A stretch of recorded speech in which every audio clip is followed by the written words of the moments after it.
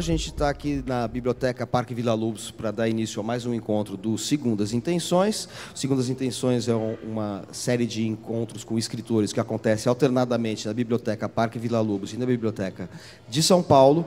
A gente, durante a pandemia, fez os encontros online, via Zoom, às segundas-feiras. E às segundas-feiras, porque o Segundas Intenções, originalmente, era um encontro realizado internamente na Biblioteca de São Paulo e depois na Parque Vila Lobos também, para formação dos próprios bibliotecários, funcionários das bibliotecas. E abriu-se, quando, passados os primeiros anos de criação da Biblioteca de São Paulo, foi aberto para o público, mas daí passamos os encontros para os sábados pela manhã. Abertos ao público na Biblioteca de São Paulo, e quando foi criada essa Biblioteca Parque Vila Lobos, passou a ser feito também para o público aqui na chamada BVL. Mas durante a pandemia a gente passou a fazer os encontros novamente às segundas-feiras, recuperando o nome Segundas Intenções, porque tinha essa brincadeira no nome, por conta da pandemia. Mas, desde o começo desse ano, estamos alternando encontros virtuais com encontros presenciais, esta palavra que surgiu durante a pandemia. E graças à volta dos tais encontros presenciais, nós temos o prazer de receber hoje Alice Santana, que está aqui para conversar conosco sobre sua poesia para o público aqui presente, composto por pessoas do público da biblioteca e dos próprios bibliotecários aqui da BVL. Alice, muito prazer, muito obrigado pela sua presença aqui no Segundas Intenções. Muito obrigada, Manuel, muito obrigada a vocês que estão nos assistindo e obrigadíssima pelo convite, fico muito feliz. É um prazer. Então, a gente tem aqui um público presente, temos um público pela internet, pelo Facebook da Biblioteca Parque Vila Lobos. Havendo perguntas, podem ser transmitidas aqui pelo Facebook e eu recebo em papel e passo a pergunta para a Alice. E dentre os presentes, quem quiser também fazer perguntas, a gente tem evitado o uso do microfone como se fazia antes, por razões sanitárias. A gente pede que passem as perguntas por escrito, para isso há papéis, pranchetas e com caneta e um papelzinho aqui para vocês passarem as perguntas. Então é isso, a gente vai dar início a esse encontro, que costuma ser dividido em duas partes. Na primeira a gente fala mais da trajetória do convidado, da convidada, dos escritores, como os escritores se aproximaram da literatura, formação, percurso pessoal, biográfico mesmo. E na segunda parte, mais ou menos, não é nada muito rígido, a gente fala um pouco da obra, os livros publicados e comenta um pouco. No caso da Alice, que é uma poeta que eu tenho certeza vocês vão apreciar muito, ela pode ler alguns poemas, a gente pode escolher conforme a gente for conversando, ao sabor da conversa, ela pode ler poemas e a gente pode comentar, enfim. É isso. Então, o nosso encontro começa agora com a pergunta que eu faço. Alice, como é que você... como é que foi sua formação, como é que foi a sua aproximação ao mundo da literatura e, no seu caso, mais especificamente, a poesia? Isso tem a ver um pouco também com a cidade em que você nasceu, com o momento em que você nasceu. Eu queria saber um pouco como é que foi o seu percurso inicial para chegar à literatura antes mesmo de se tornar poeta. Bom, tem que pensar um pouco. Eu acho que eu sempre gostei de música. Quando eu era mais nova, eu fazia piano, cheguei a tentar aprender violino, fiz um pouco de violão, canto. Eu ia muito por esse caminho. Meu pai incentivava muito instrumentos, aulas, e eu acho que o meu caminho natural até teria sido por aí. E, em algum momento, comecei a gostar muito de ler. Lembro de ter lido, adolescente, o ensaio sobre a cegueira, do Saramago, e A Hora da Estrela, da Clarice Lispector, e aquilo teve um papel importante para mim, de pensar, puxa, eu gosto disso. E então, no começo, eu comecei a escrever contos, quando eu tinha uns 14 ou 15 anos. E aí eu fiz um intercâmbio cultural, uma viagem aos 16, que eu fui para Nova Zelândia, fiquei um semestre lá, e foi nesse momento que eu comecei a escrever poesia. Teve muito a ver com dois autores, a Ana Cristina César e o Ferreira Goulart. Pouco antes de fazer essa viagem, eu tinha lido um poema da Ana Cristina César que me caiu por acaso e fiquei abismada com aquilo, fiquei fascinada. Até então, só tinha lido poesia na escola, uma coisa, não vou dizer protocolar, porque depois a gente fica depois a gente começa a conhecer mais os autores e a se interessar por conta própria, mas a Ana Cristina César foi a primeira poeta que eu escolhi, digamos assim, que eu não fui levada por alguém. Eu realmente li, achei aquilo incrível, passei a ler outras coisas dela, mergulhei um pouco naquele universo que era próximo de alguma maneira, porque também era do Rio, também sou do Rio, também, enfim, estudei na PUC, mais tarde eu estudaria, né? E aí foi um encontro muito importante para mim, essa primeira leitura da Ana Cristina César. Meu pai é fotógrafo, eu já comentei dele agora. Ele tinha uma foto marcada com o Armando Freitas Filho. O Armando foi um amigo muito próximo da Ana, ele é o curador da obra dela. E eu não sei se meu pai sabia dessa relação tão próxima do Armando, mas eu fui com meu pai para ele fazer essa foto do Armando. Então, a gente foi na casa dele, eu estava com 15 anos, eu fui como assistente um pouco, assim, e ele tinha esse retrato do Armando para um livro, que eu acho que no fim nunca saiu, mas foi importantíssimo, porque foi nesse momento em que eu conheci pela primeira vez um poeta em carne e osso. E aí meu pai falou, leva umas coisas que você escreve para ele dar uma olhada, quem sabe você não tem uma resposta dele, ele não te diz uma opinião. E hoje em dia eu teria uma vergonha absoluta de fazer isso, mas os 15 anos te dão essa carta branca um pouco, né? E eu levei uns textos para o Armando, uns contos, umas coisas que eu escrevi para a escola, e ele foi muito receptivo. Ele falou, deixa aqui comigo, depois eu te escrevo, vou ler e vou te dar uma opinião amanhã. E aí eu não sei como eu dormi nessa noite, fiquei um pouco apavorada, assim, nossa, será que eu devia ter feito isso? Mas foi muito importante para mim, porque no dia seguinte ele me mandou um e-mail e ele foi muito generoso, me deu uns toques, falou coisas que eu poderia ler, deu alguns conselhos. E desde então a gente criou uma relação muito forte, assim. O Armando virou uma espécie de avô postiço, assim. E é isso. Então a Ana Cristina César teve esse papel fundamental, assim, para eu começar a gostar de poesia e conhecer o Armando, e depois a Elo Buarque, que também virou uma pessoa muito próxima, que eu admiro muito os dois, né? E eles também são muito amigos, enfim. É uma geração marcante, né, dos anos 70, principalmente do Rio de Janeiro, que ficou conhecida. Talvez você pudesse explicar um pouco para quem nos escuta aqui, para eu falar menos possível, que a ideia é que você fale mais. É uma geração que ficou conhecida como geração marginal. Hoje em dia, quando a gente fala em literatura marginal, a gente pensa da literatura de quem está à margem da sociedade, no sentido, assim, nas periferias, nas comunidades, falando de temas que traduzem um pouco as questões sociais e a violência brasileira. Mas o termo literatura marginal, ou poesia marginal dos anos 70, esse contexto da Ana Cristina César, enfim, do Cacaso, do Armando Freitas Filho, né, que não era exatamente um poeta dessa geração, mas era, vamos dizer assim, tinha um diálogo, e é o grande remanescente desse momento, junto com o Francisco Alvim, salvo engano meu, que também não era da poesia marginal, mas tinha, né? Mas você pode explicar o que é essa poesia marginal, o que quer dizer esse marginal, e o que tinha de específico nesta poesia que te capturou? Você falou da sua leitura da Ana Cristina César, mas tem um elemento, né, que eu acho que, assim, de conteúdo e forma poética, que certamente te capturou, que são características que ela compartilhava com outros poetas dessa geração dos anos 70, que talvez você pudesse explicar um pouquinho para... Eu falo que eu vou falar pouco e eu falo para burro, né, como vocês estão acostumados já. Então, se você pudesse explicar um pouquinho o que é o marginal da poesia marginal e o que isso significa na obra da Ana Cristina César e que teve impacto sobre você. Sim, a poesia marginal, ela, como você falou, não tem a ver com a margem periférica geográfica. Não é marginalidade, né, no Exato. sentido até policial do termo, né? Claro, mas é importante a gente fazer essa distinção, né? Que era uma poesia à margem das grandes editoras, do circuito comercial da época, né? Eram poetas que faziam seus livrinhos em casa, artesanalmente, vendiam nos centros culturais, em cinemas.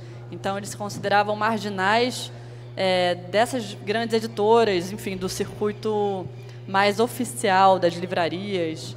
E é uma geração muito apaixonante mesmo e, ao mesmo tempo, muito diferente um poeta do outro. É uma geração muito heterogênea, né? Porque, se você pega a obra da Ana Cristina César, não necessariamente tem muito a ver com a do Cacaz ou do Chacal, que também foi uma pessoa super importante para mim. Aliás, o Chacal é outro remanescente dessa geração, que, enfim, a Ana Cristina morreu, o Cacaz morreu, mas o Chacal está aí, né, ativo. Esqueci de mencioná-lo. Claro, não, o Chacal é uma pessoa fundamental para a poesia contemporânea, assim, porque ele organiza, acho que tem uns 30 anos, ou talvez um pouco mais, o CEP 20.000, que no Rio de Janeiro é uma instituição. Assim, o CEP 20.000 é um encontro que é mensal, se eu não me engano, tinha uma data, sei lá, toda terça-feira, primeira terça-feira do mês, algo assim, e era um encontro para as pessoas ouvirem poesia e também música. Tinham muitas bandas que começavam lá no CEP 20.000, muitos poetas que começavam a falar lá, a ler seus poemas e que depois iam publicar livro. E foi uma escola para muita gente, e para mim também, assim, frequentar o CEP 20.000, entender como as pessoas podem produzir coisas diferentes, as pessoas podem ter posturas diferentes, podem ser tímidas, podem ser desinibidas, podem falar sobre temas muito variados. E o CEP 20.000 é um guarda-chuva que abarca tudo isso. Então, você não tem um modelo de como se espera que seja um poeta, como deve ser um músico, um escritor. Você pode ser o que você quiser. Você pode ir lá com seu papelzinho, ler o seu poema e sair correndo de volta para a sua cadeira, ou você pode chegar, tirar a roupa, falar um grito de, sei lá, uma palavra de ordem. Tudo isso é possível. E foi muito importante frequentar o CEP 20.000 para entender que a poesia pode tudo mesmo. Então é isso, o Chacal teve essa importância total também de ser uma espécie de berçário de poetas e também de continuar, as pessoas continuam frequentando, porque você vai para lá e você sempre vai ouvir uma coisa nova, vai conhecer um poeta novo. Eu fui há uns 3 ou 4 anos da última vez, que agora eu moro em São Paulo, então eu não vou mais com frequência, né? Mas eu estava no Rio nesse momento. E eu fiquei assim impressionada como tem gente nova produzindo, como tem coisas incríveis acontecendo.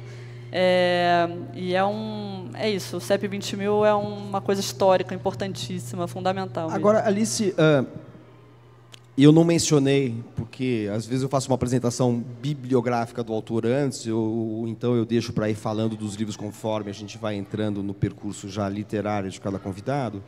Eu não falei, mas você tem, por exemplo, O Pé do Ouvido, ou O Rabo de Baleia, que são livros de poesia que você publicou e que estão reunidos neste volume aqui lançado em Portugal, que reúne toda a sua produção, ou pelo menos quase toda a sua produção até agora, e sobre o qual a gente vai falar. A gente nota muitas afinidades com a poesia desse período que você menciona. E isso tem um pouco a ver com uma poesia muito ela é muito pessoal, muito subjetiva, de um lado, mas ela é muito sintonizada com o que acontece para pessoas que são pessoas urbanas, que vivem os dramas políticos e sociais do país, mas, ao mesmo tempo, meio bombardeadas por uma cultura de massa, com referências que podem incluir desde leituras de uma obra estudada numa pós-graduação universitária, como também pode ser uma referência de um filme, de um circuito alternativo, ou de um filme hollywoodiano, ou de alguma coisa que acontece no universo da indústria cultural, que é uma coisa muito singular e que a poesia, até esse momento dos anos 70, da poesia marginal, não captava. É curioso, a gente está no ano do centenário da Semana de Arte Moderna de 22, que tentou, de alguma maneira, criar uma poesia brasileira, uma linguagem brasileira para a poesia. E, claro, em grande parte, criou uma dicção, uma sintaxe, até um léxico brasileiro, digamos assim, incorporado à poesia, palavras que são muito características do falar brasileiro, que entra na poesia, coisa que antes não acontecia. Claro que sim, mas majoritariamente não acontecia. Mas essa poesia brasileira, sintonizada com a fala do dia a dia, me parece que se realiza muito mais com a poesia marginal do que com a própria poesia de 22, que é gigantesca. Você tem nomes como o Mário, o Oswald, o Manuel Bandeira, o Drummond, que ou participam da Semana de 22 ou estão no contexto modernista, eles fazem uma poesia, enfim, não precisamos entrar em detalhes aqui. Porém, essa dicção brasileira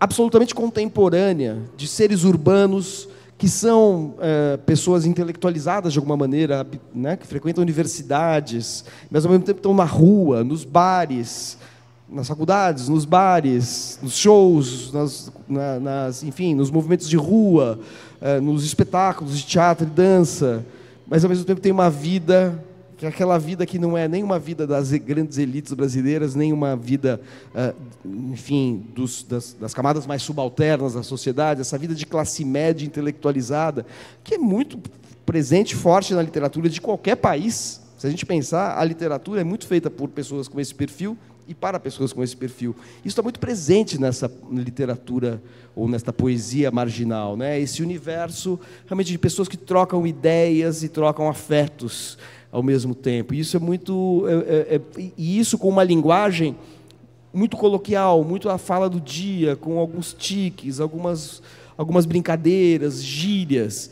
De certa maneira, essa poesia marginal realiza o que se propunha em 22 de melhor forma, né? Eu acho que tem uma relação muito direta mesmo, a poesia do Oswald com a poesia dos anos 70. Isso que você falou do tom coloquial e da conversa entreouvida, que é uma marca muito forte da poesia do Chico Alvim, por exemplo, de você estar andando na rua, ouvir um trecho de conversa, aquilo entra no poema e aquilo estabelece uma ordem diferente para os fatos, né? Estabelece uma outra leitura possível. E a Ana Cristina César fazia muito isso também, de incorporar coisas que estão no seu entorno. E eu acho que a nossa geração ela tem uma estima muito alta pela geração dos anos 70, e acho que não é à toa, assim, é uma poesia que não quer que quer ser compreendida, que quer circular, uma poesia que faz parte do dia a dia mesmo, de conversa, uma poesia que não se quer fechada ali para poetas. E eu acho que o Chacal tem uma participação muito forte nisso, porque ele tem um prazer da poesia falada. Ele tem esse interesse muito grande que ele passa para as gerações seguintes, que é assim, a poesia no papel, você tem que ter um estímulo muito grande de abrir aquele livro específico, estar interessado, estar aberto naquele autor e se interessar por aquele poema. Já a poesia falada, ela consegue ter um alcance muito mais amplo. E, enfim, com a internet, é claro que essa lógica muda um pouco, né, porque a gente consegue alcançar leitores e ouvintes de uma maneira muito mais ampla, e, enfim, é uma outra lógica, né? Mas eu acho que o Chacal tem essa importância de trazer a poesia para um outro plano. Ele tem um poema que eu amo, que é sobre a palavra goiaba, que ele vai falando que a palavra goiaba é uma palavra gostosa, que não é uma palavra gravata, que é uma palavra... E assim, aquilo tem um poder de encantar, é uma coisa musical mesmo. E tem uma coisa de performance, tem um negócio meio happening.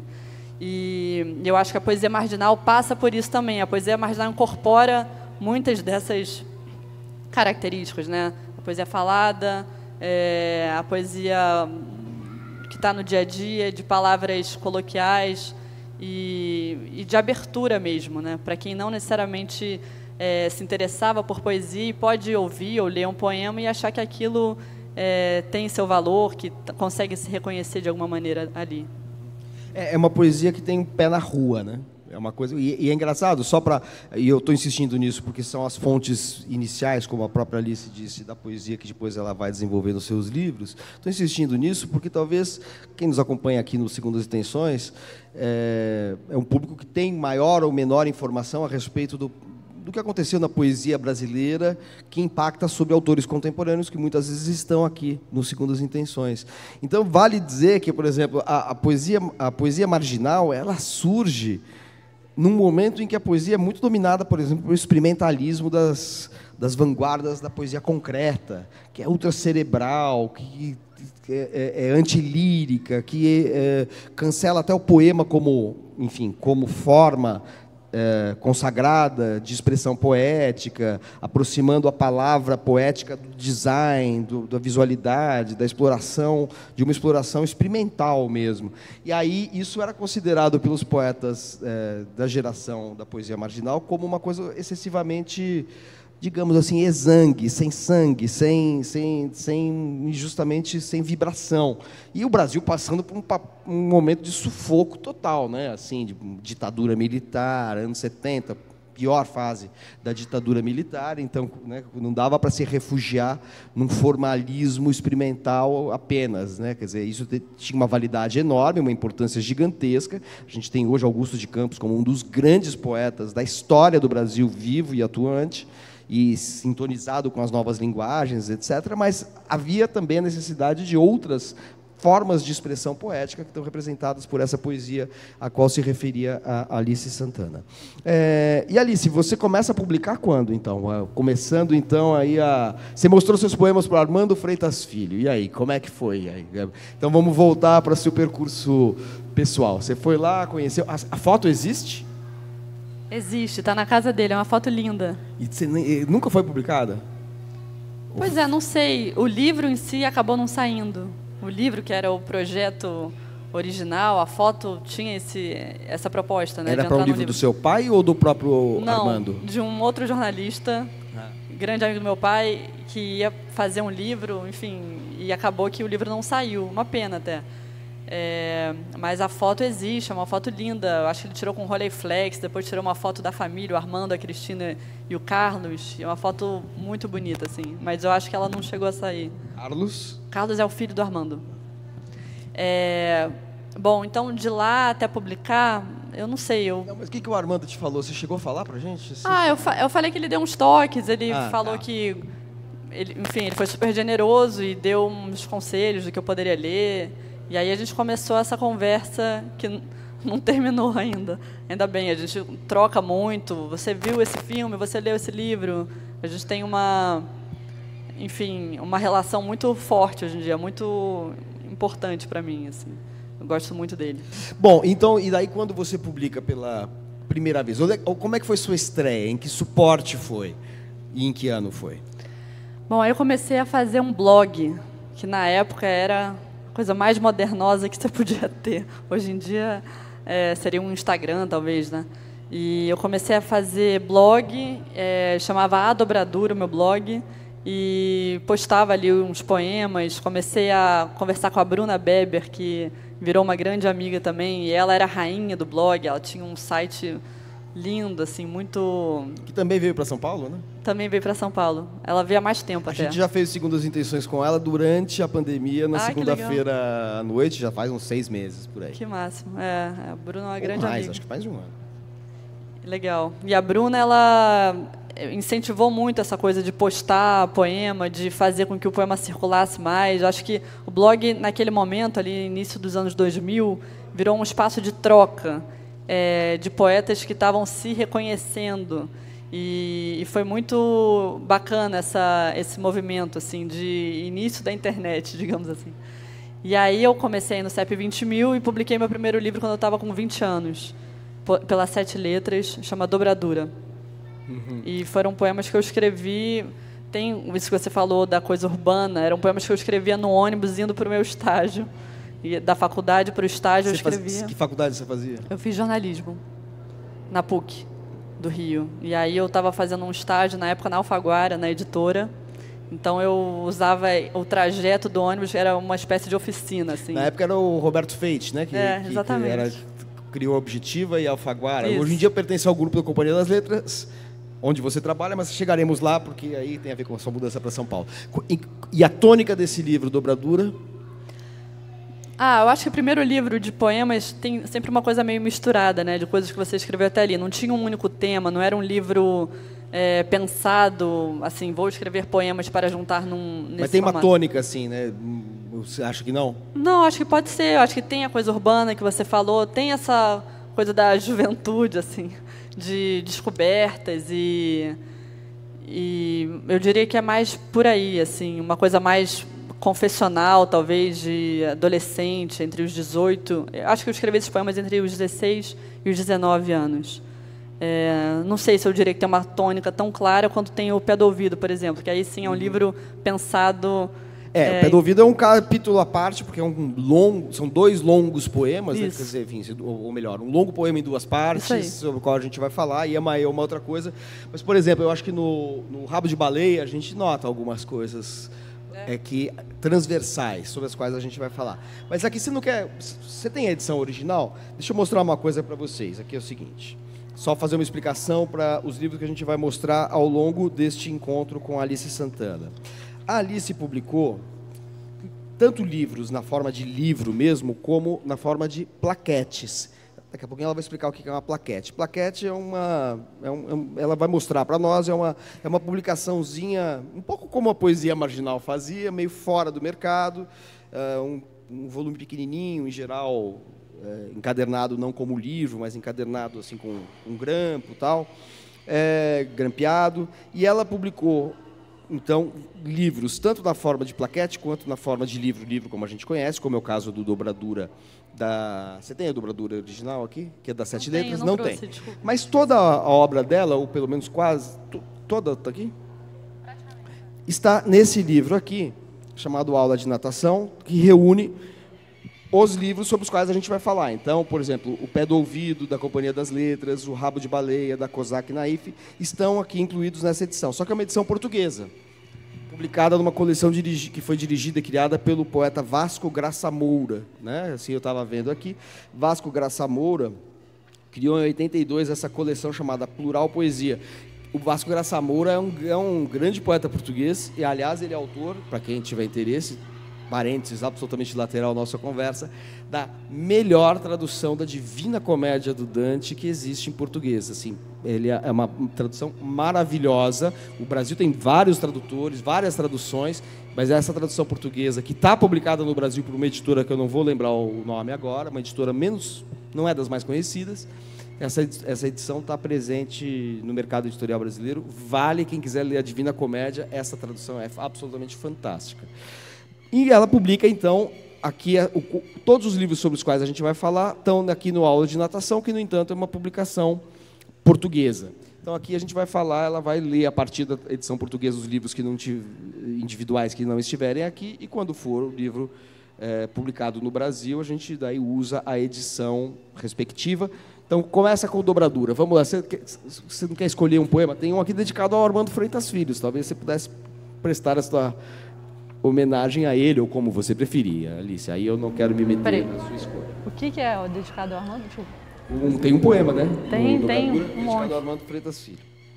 Já que você falou tanto dele, que foi o seu primeiro interlocutor, não sei, assim, eu li o seu livro, não sei se... Não me parece o mais representativo deste momento da sua poesia, mas é um livro, um poema, talvez em homenagem ao Armando, você pudesse ler, porque fica registrado aqui para os anais da história do Segundas Intenções, e na internet fica registrada aqui essa homenagem a ele. Claro, o poema dedicado ao Armando chama Maio. Assim, eu fico envergonhada de ler esses poemas hoje em dia, porque são poemas muito antigos, né? Mas, enfim, faz parte da história, então vocês perdoem a juventude aqui desses poemas. Maio, para Armando Freitas Filho. Essa voz que escapa como fiapo, estria na pele imperceptível, pinga no vidro e derrama. Maio chega na ponta dos pés, com dias curtos e correntes de ar. Por pouco não despenca, outono é ponte, e desafina. Mas maio se mantém meio bambo na corda. Se espirra, cambaleia. Em maio dá vontade de dormir até mais tarde.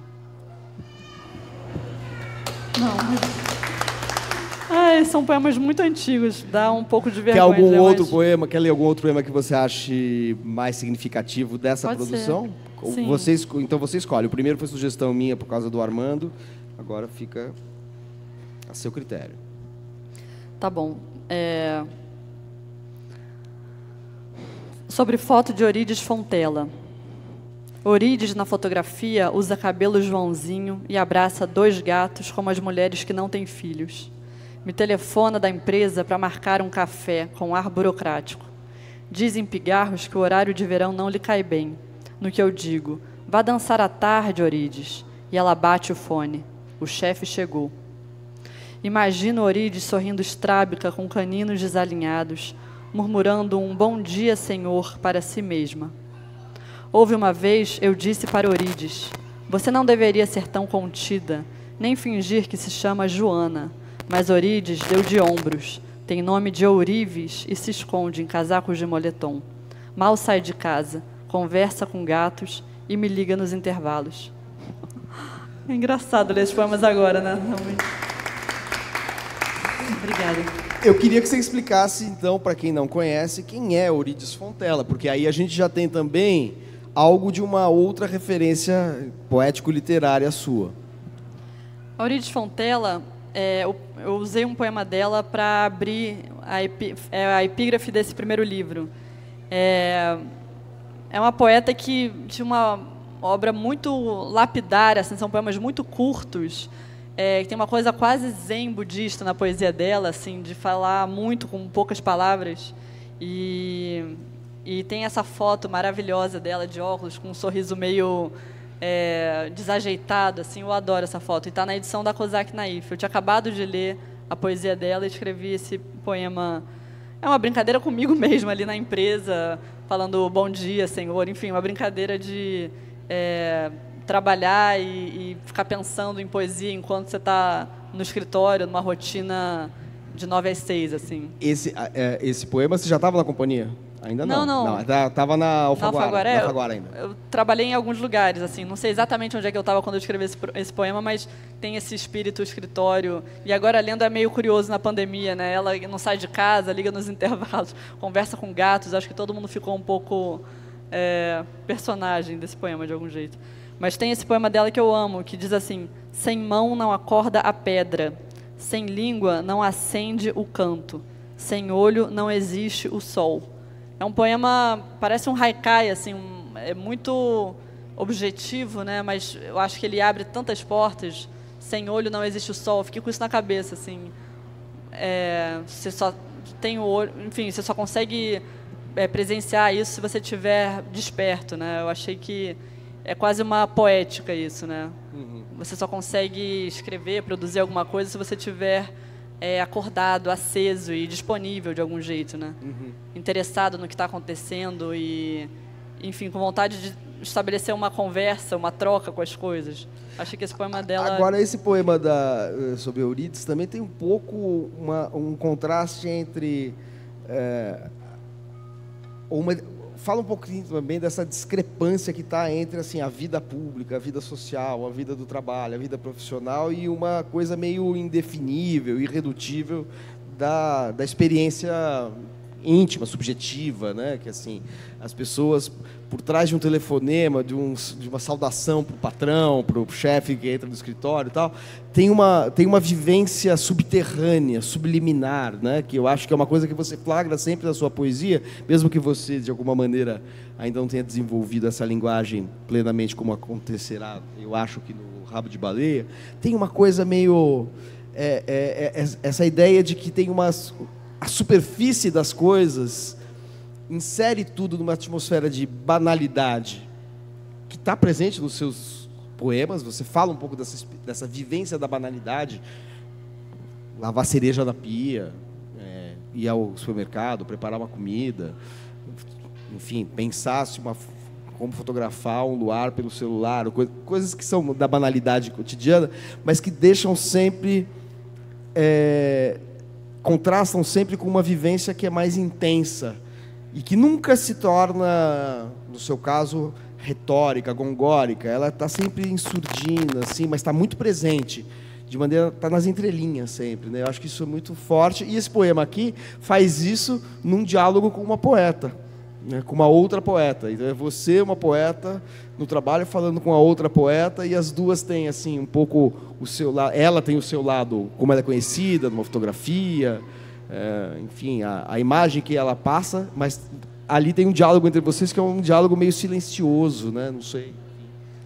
Não, acho que essa parte é a mais difícil, talvez, de manter ao longo da vida, porque acho que a poesia, para mim, tinha uma coisa muito de juventude mesmo, de descoberta e de primeiras vezes, sabe? de primeiro trabalho, primeira viagem, primeiras experiências, de modo geral. E a poesia era uma maneira de você conseguir formular aquilo, era uma maneira de pensar sobre o que você estava vivendo. Acho que a poesia ela tem essa capacidade impressionante de fazer a gente conseguir pensar sobre determinadas coisas que a gente não conseguiria se não fosse pela poesia. E eu acho que tem também uma coisa de registro, assim, estou vivendo uma situação importante, eu vou pôr isso no papel, que isso me ajuda a refletir sobre o que eu estou vivendo, mas também vai me ajudar no futuro a acessar uma coisa que se perde. Se eu não ponho isso no papel agora, eu não tenho mais capacidade de voltar ao que eu senti naquele momento. E eu acho que era como se fosse essa cápsula do tempo, assim, esse diário de bordo, sabe? E eu acho que a poesia tinha muito esse sentido para mim de caixa preta, assim, sei lá, é meio deprimente pensar isso, porque a caixa preta ela existe e ela faz sentido quando tem um acidente, né? Quando tem um acidente de avião, aí você recorre à caixa preta para entender o que aconteceu.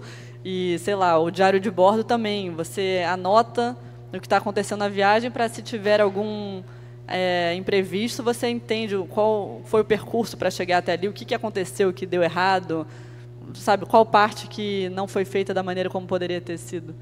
E eu acho que a poesia, para mim, tinha essa função um pouco de me acompanhar, assim, entender as coisas pelas quais eu estava passando. E não necessariamente uma coisa biográfica de registrar os grandes acontecimentos da vida, mas essas pequenas situações, mesmo que elas não digam muito para o leitor, eu consigo acessar o que eu estava pensando, como eu me sentia naquela época, de um jeito que, se não fosse pela poesia, acho que só com foto eu não ia conseguir chegar nesse lugar, assim. Aliás, eu queria te perguntar, já que você falou assim, primeiras experiências, enfim, no trabalho, na faculdade, a primeira viagem, coisas assim, esse registro de uma experiência que, se não ficasse consignada no poema, se perderia, mesmo que não seja um grande acontecimento, seja aquela, vamos dizer, aquela infra-realidade cotidiana. A Marília Garcia usa uma expressão que ela fala do infraordinário, né? Ela usa uma expressão que eu acho que na hora que eu falei infra-realidade, eu falei, nossa, acho que eu estou sem querer citando alguma coisa, sem intenção, citando uma coisa que a Marília fala, a Marília Garcia, ela usa a expressão que ela tira do Perrec, é isso? Eu acho que pode ser o Perrec. Eu acho que é do Jorge Perrec, que fala da infra-realidade, é isso? Puxa. Que é uma espécie de, ao contrário do surrealismo, é o infrarrealismo, né? O realismo dos interstícios, o realismo pequeno, dos pequenos movimentos, enfim, do que permanece oculto, assim como o surrealismo desvela o que está oculto, mas pelo viés da imaginação, do transe, do onírico, revela através da atenção microscópica, né? Ao ínfimo, né? Eu acho que é infraordinário, acho. Infraordinário. Acho, eu posso estar enganada. Então, é o se contrapõe ao extraordinário, o extraordinário, que está na poesia, que busca estados sublimes, estados de transe, busca o infraordinário. E aqui, mas falando do processo pelo qual você chega a isso, a Heloísa Buarque de Holanda, ela mesmo, escreveu na orelha do seu livro Rabo de Baleia, que, salvo engano meu, é o livro que você publica depois de dobradura, né? Essa aqui é a primeira edição? Já é a primeira edição. Não teve uma edição anterior, tipo 7 letras, não. Tá. Então, aqui ela escreve que sempre tive a curiosidade sobre os rituais de criação dos poetas. Eu vou ler um trechinho que é muito saboroso. Heloísa Buarque de Holanda, que é uma grande professora de literatura, crítica literária, e que organizou a principal antologia dos poetas da poesia marginal dos anos 70, chamada Esses Poetas. 26 poetas hoje. Ou Esses Poetas é dos anos 80. É dos anos 80. Então eram 26 poetas hoje. Então a Heloísa Buarque, que foi responsável por organizar e, enfim, colocar em maior evidência e até sistematizar em termos de interpretação os poetas que são referência para Alice, escreve, quando a Alice publica o Rabo de Baleia, escreve a orelha para a editora Cossack Naif, a edição da Cossack Naif. E ela diz o seguinte: eu sempre tive curiosidade sobre os rituais de criação dos poetas, como e quando um poema surge e se impõe ao poeta. Venho colecionando modos e casos vida fora. Deve ser interessante ver quais são os casos que ela selecionou, que ela reuniu, coletou. Com Alice não foi diferente, e descobri que ela escreve em síncope e de forma subliminar.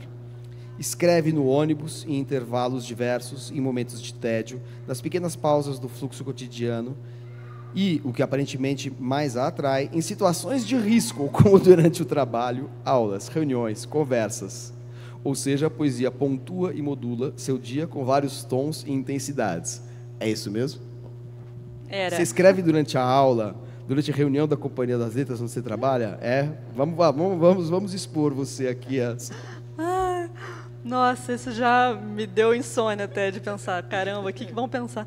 Mas não, hoje em dia eu escrevo muito pouco, eu sinto uma saudade enorme, por isso até parece que a gente está falando de uma vida passada, assim, que eu me sinto muito distante de escrever, enfim, de publicar. Eu não tenho escrito quase nada, mas em algum momento foi assim, eu realmente tinha sempre um caderno na bolsa, escrevia quando eu via uma situação aleatória, uma frase que eu tinha ouvido, tudo isso podia entrar, mas hoje em dia eu escrevo muito pouco. Acho que, enfim, preciso talvez inventar uma outra maneira de... Você escreve muito pouco, de uma maneira geral, e não escreve mais nessas situações assim? Não, nunca. Eu não tenho mais caderno na bolsa. Eu esqueço que eu escrevia em algum momento. Eu tenho escrito muito pouco mesmo. Eu escrevi ano passado 2 poemas, esse ano nenhum. Mas, enfim, sinto saudade, em algum momento vou voltar. Mas também não quero ficar me pressionando com isso, porque às vezes é uma tacada que, enfim, estimula você a escrever sobre outras coisas, né? Mas nesse momento eu sou praticamente uma ex-poeta, uma poeta hibernando, assim, porque não tenho escrito mesmo. Perfeito. Fala um pouquinho então do Rabo de Baleia, que é esse livro cuja orelha eu acabei de ler, que daí é um livro que eu acho que, aí sim, eu acho que você tem uma, digamos assim, uma tônica dominante, vamos dizer assim, para usar uma palavra musical, né? Assim, você tem uma tônica, você tem alguma... Os poemas são independentes entre si, mas eles têm algo em comum. Você poderia falar um pouquinho de como surge, como você elabora esse livro? Enfim, você juntou os poemas que você vinha escrevendo e selecionou os que você considerava mais bem realizados? Você pensou numa organização interna? Como é que você pensou esse livro? Esse livro ele surgiu a partir de um edital da Petrobras. Eu fiquei 1 ano ou 2 organizando, e o título veio no finalzinho do processo. Ele ia se chamar Longe é uma Palavra Longa, e acho que a Elô até comenta isso na orelha. E eu queria falar sobre estar em trânsito. Era essa a ideia do livro, de mostrar esse movimento de viagem, não sei, de mostrar que a casa pode ser um lugar desconfortável também. Na pandemia, mais do que nunca, a gente passou a ver que a casa também pode ser um espaço de confinamento, enfim, que tem seu valor do conforto e tal, mas para escrever, eu acho que era muito mais difícil escrever em casa do que na rua. Então, a proposta era essa, basicamente, trazer poemas que falassem sobre o movimento e... Engraçado você falar disso, desse movimento. É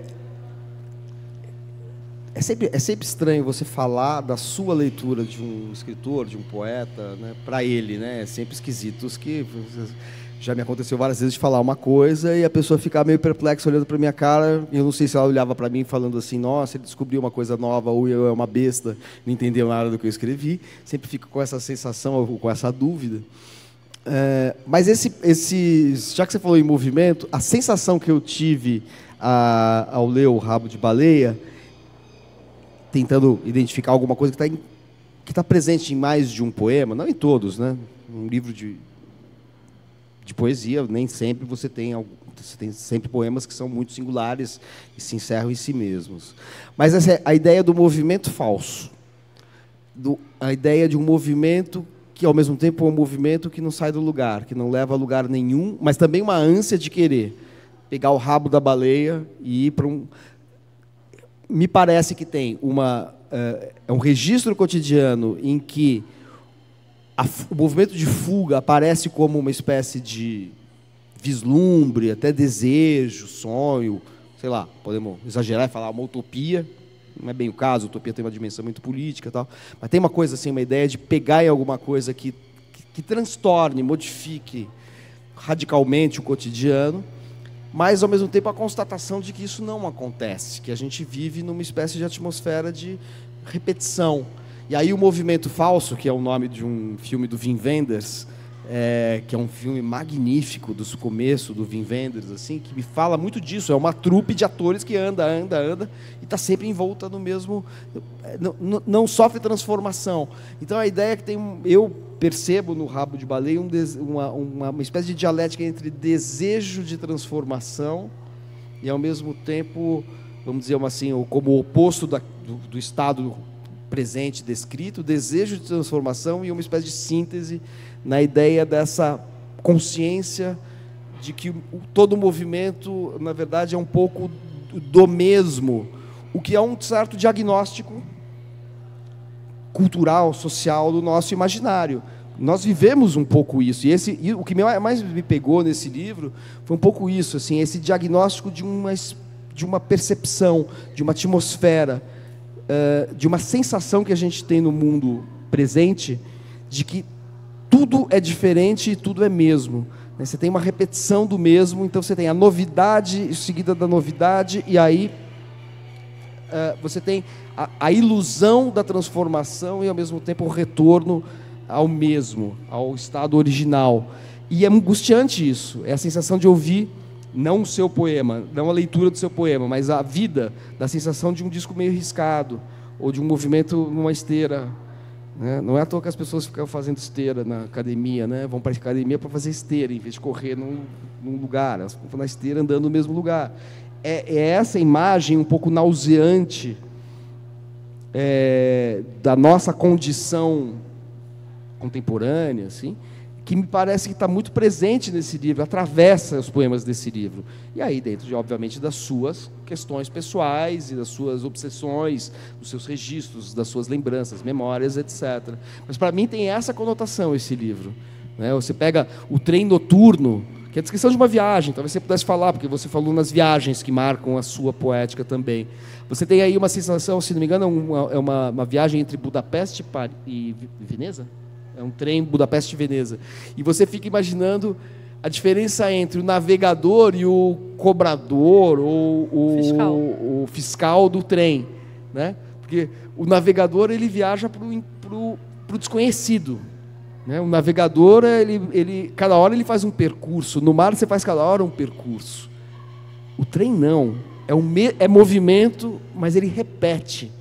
E é muito angustiante essa imagem, porque é um poema em prosa esse, de alguma maneira é um poema diferente, que eu gostei, adorei esse poema. Enfim, se eu tivesse que dar a tônica dominante que eu perguntei para você, sobre a qual eu perguntei para você, eu falaria que é um pouco isso, essa ideia desse movimento falso. Enfim, mas aí perfeito, eu passo a você, porque você pode contrapor. Você que escreveu os poemas, eu sou o leitor, O leitor sempre dá outros sentidos que o poeta tenciona dar, Não, eu achei a sua leitura perfeita, assim. Eu acho que tem tudo a ver, porque o poema do Rabo de Baleia mesmo, ele surgiu numa situação muito específica, assim, de movimento e falso movimento, como você falou, que era um espetáculo da Pina Bausch, que teve no Municipal, no Rio.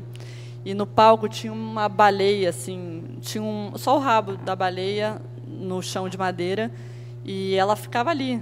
E os dançarinos vinham, voltavam, às vezes caía uma neve que ficava ali paradinha no rabo.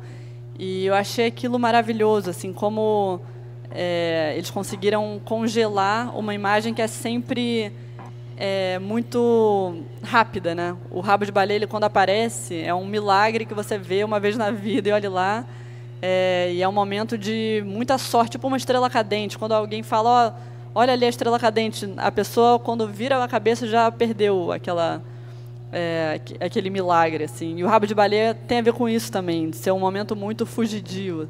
E deixar o rabo de baleia no palco por horas a fio, os dançarinos vão e voltam, a neve cai, alguém limpa, tem intervalo, o rabo fica ali parado, naquele instante, congelado. Eu achei aquilo impossível, maravilhoso, assim, imaginar que um rabo de baleia pudesse ficar ali, para você ficar observando horas a fio, você pode ir no banheiro e voltar, ele vai estar lá ainda. E aí eu acho que era essa vontade um pouco de mudança, transformação e de viver coisas diferentes que me fez pensar nesse falso movimento, nessa vontade de movimento e nesse rabo de baleia que você quer pegar, mas ele é sempre rápido demais e você não alcança. Agora, é incrível isso, assim, eu tenho essa experiência quase que cotidianamente quando eu faço entrevistas. Eu sou jornalista, basicamente, e entrevisto escritores, né? Minha principal atividade na vida tem sido essa, assim, entrevistar autores, entrevistar escritores. E é sempre surpreendente ver a gênese de uma obra ou de um poema. E, em geral, na poesia, isso acontece mais frequentemente. A gênese. Porque, assim, nenhum leitor, a não ser que tenha visto o mesmo espetáculo que você, vai identificar, ou que conheça a obra da Pina Bausch muito... Enfim, eu conheço, mas eu jamais faria essa associação, né? Porque você não indica isso. E essa é uma coisa que talvez você pudesse explicar para quem nos escuta aqui, quem está presente agora, ou quem nos vê pela internet, pelo Facebook, ou que acompanha a gravação dessa conversa, um pouco esse processo que faz com que a poesia sempre tenha uma margem de hermetismo, no sentido assim, a gente não conhece totalmente a gênese do poema, e às vezes a referência é muito oculta, muito, muito, muito dissimulada. Nesse caso, a referência está muito dissimulada, mas ao mesmo tempo você conquista uma clareza e cria uma imagem que você transfere do palco da Pina Bausch para, sei lá, seu apartamento. Pode, né? O rabo da baleia podia estar surgir no seu apartamento e não num palco do teatro. Como é que é esse processo de... Você pensa nisso? Assim, você gostaria que o leitor identificasse a origem desse poema, ou isso para você, você captura aquela imagem, incorpora um poema, cria um poema e depois larga a fonte original e esquece, oculta no poema? Eu estou falando em processo mesmo de criação nesse caso. Eu acho que tudo pode acontecer. Poderia ser um poema contando, fui ao espetáculo e tinha esse rabo de baleia. Poderia dar um poema interessante também. Eu acho que eu não gosto muito de ter uma fórmula. Os poemas só surgem de uma maneira indireta ou só surgem quando você conta o ponto de partida. Acho que tudo é possível.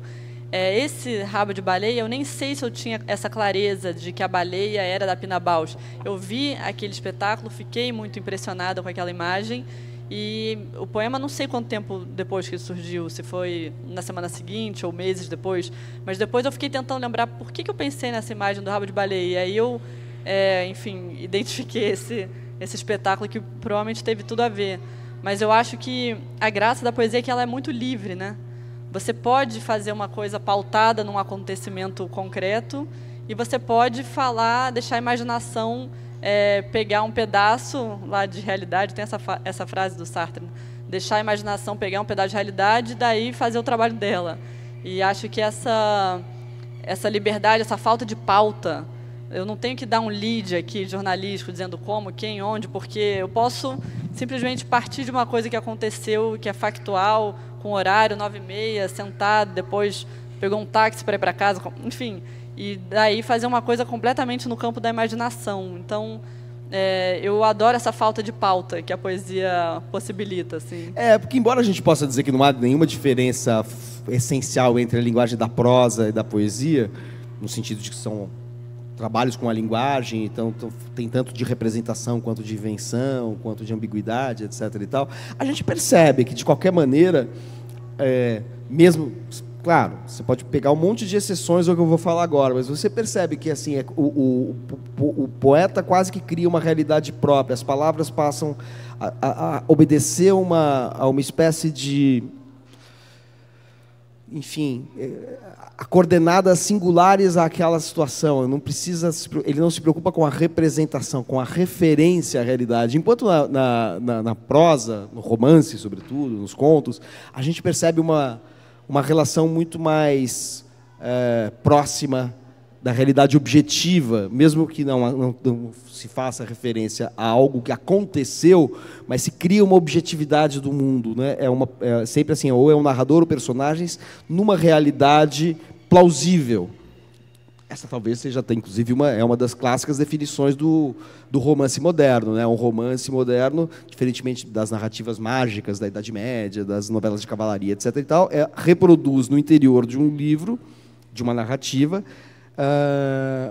o caráter as relações de causa e efeito do mundo real. Você pode estar falando de uma situação totalmente fictícia, mas as relações de causa e efeito, de causalidade, estão presentes na realidade igualmente na narrativa. A poesia não segue isso. A gente pode fazer essa demarcação, né? A poesia você citou o Sartre, né? Que é literatura, ele fala isso, né? Que a poesia, para o poeta, a palavra é uma estrutura do mundo exterior. A palavra é tão objeto quanto uma mesa, né? Já para um prosador, não. A mesa designa uma mesa possível na realidade. A mesa do poeta, para o poeta, se destitui dessa referencialidade. Isso é interessante, é uma longa discussão que diz respeito à poesia. Agora, voltando para o livro, você falou sobre as suas viagens, e aqui está muito presente o tema da viagem, né? Que viagens são essas? Saúde. Eu tinha acabado de voltar da França, que eu fiz um intercâmbio na faculdade, e foi nesse período em que eu escrevi esses poemas. E, enfim, foi um intercâmbio de 6 meses, e eu acho que esse livro traz muitos poemas desse momento, assim, de anotação. Uma coisa que me interessa muito é que quando a gente viaja, quando a gente tem uma situação especial, aniversário, Natal, a gente fotografa, né? A gente tem uma preocupação em registrar que a gente não costuma ter no dia a dia. E acho que eu tentei um pouco fazer isso nesse livro, assim, mostrar como a poesia é como se a gente estivesse sempre viajando, ou sempre numa festa de aniversário, sempre disponível para acessar coisas que no cotidiano automático a gente acaba deixando de lado. E eu acho que, para mim, essa é a principal graça, assim, de escrever. É quando você está disponível, está aberto, porque a gente pode passar por muitas coisas que realmente não entram e não sei, a gente vai criando uma carcaça, né, com o tempo, de não ter tanto essas primeiras vezes, esses primeiros momentos, e eu acho que a poesia tem a ver com essa viagem no sentido mais amplo, assim, de fotografar, de olhar, olha só esse prédio, eu nunca tinha visto uma coisa parecida, a arquitetura daqui. Quando a gente está no nosso dia a dia enfadonho e repetitivo, a gente perde um pouco essa capacidade de imaginação, fantasia e mesmo de interesse, sabe? A gente simplesmente entra ali no caldo, e eu acho isso muito cruel, perigoso e sei lá, pesado mesmo. Acho que a gente tem que ter essa abertura de algum jeito para conseguir escrever. E por isso que eu tinha dificuldade de escrever em casa, porque eu achava muito confortável, muito aconchegante, acolhedor. E eu acho que a viagem tinha esse espírito de estou fora do meu mundo, estou aqui observando o que está acontecendo, como é que é esse lugar. Eu acho que o Rabo de Baleia, para mim, passa um pouco isso, assim. Você quer ler algum poema que expresse isso? Será que eu leio o próprio Rabo de Baleia aqui? Legal. Vamos lá.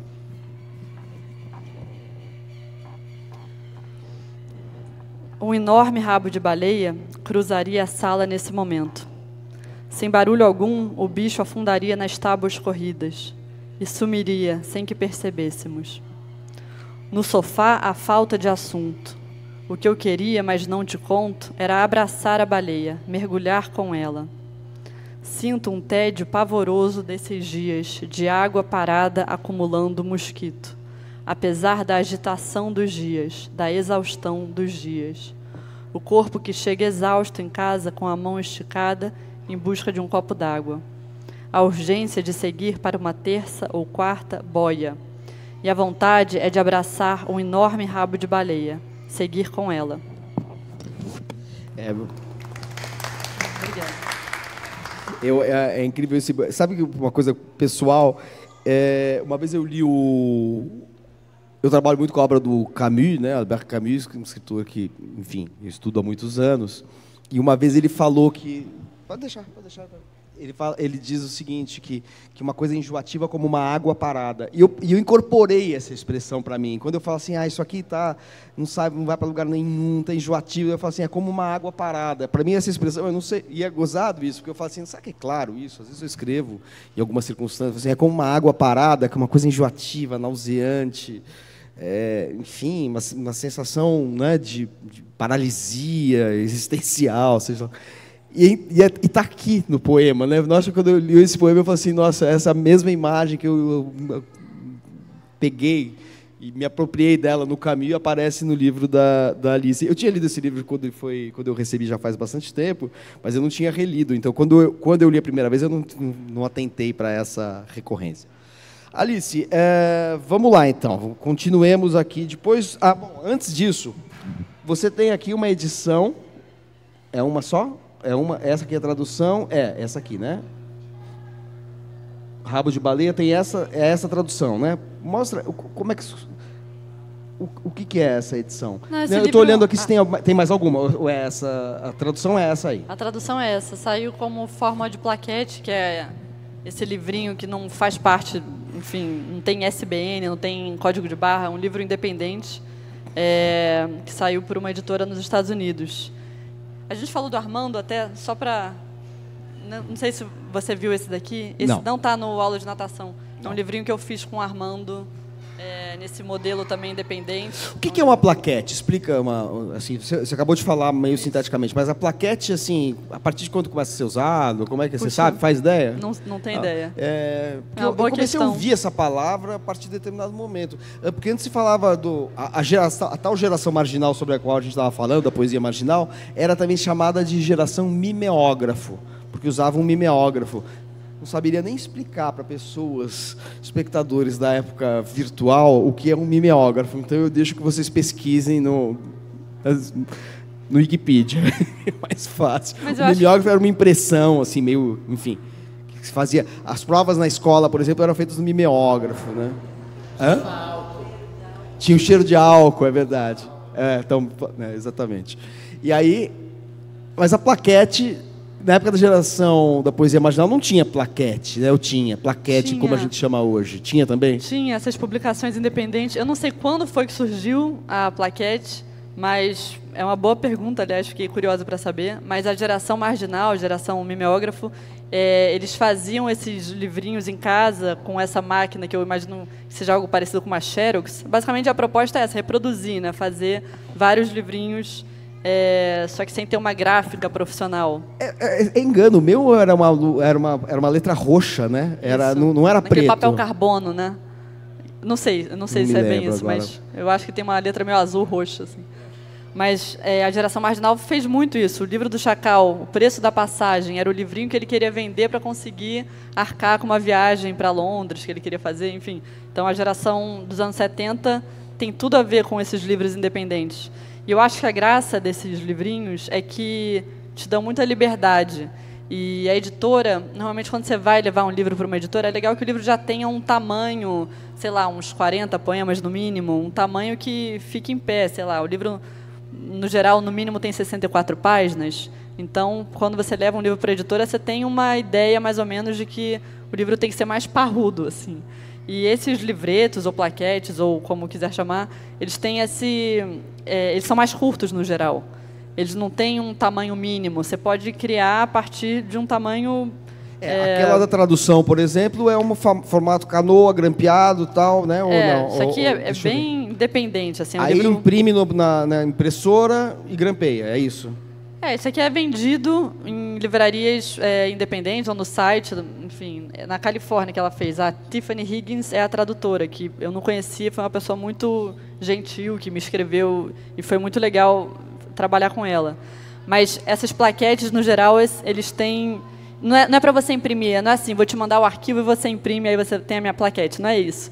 É assim, o livro já está impresso, ele só não tem... um formato muito convencional, porque normalmente é menor, e ele te dá mais liberdade. Você pode fazer uma coisa super barata em casa.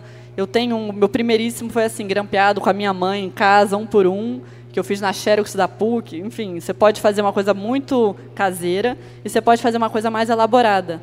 Esse daqui que eu fiz com o Armando chama Ping Pong. E ele é assim, ele é um livro sanfona.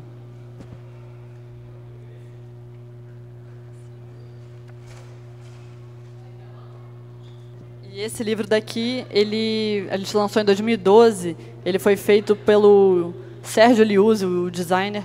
E é um livro todo em serigrafia. Ele tem uma preocupação... um capricho estético. O livro plaquete, não necessariamente ele é feito de uma maneira totalmente artesanal. Ele só tem essa abertura, assim, de ser um livro mais...